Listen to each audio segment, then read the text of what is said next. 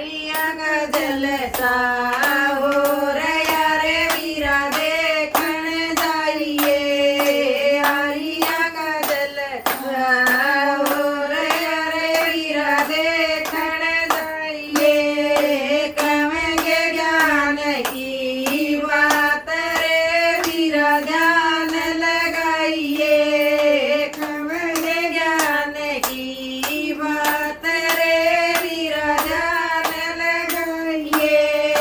तेरे ते छोटा तेरा वीर रे उसने खूब पढ़ाइए तेरे ते छोटा तेरा वीर रे उसने खूब पढ़ाइए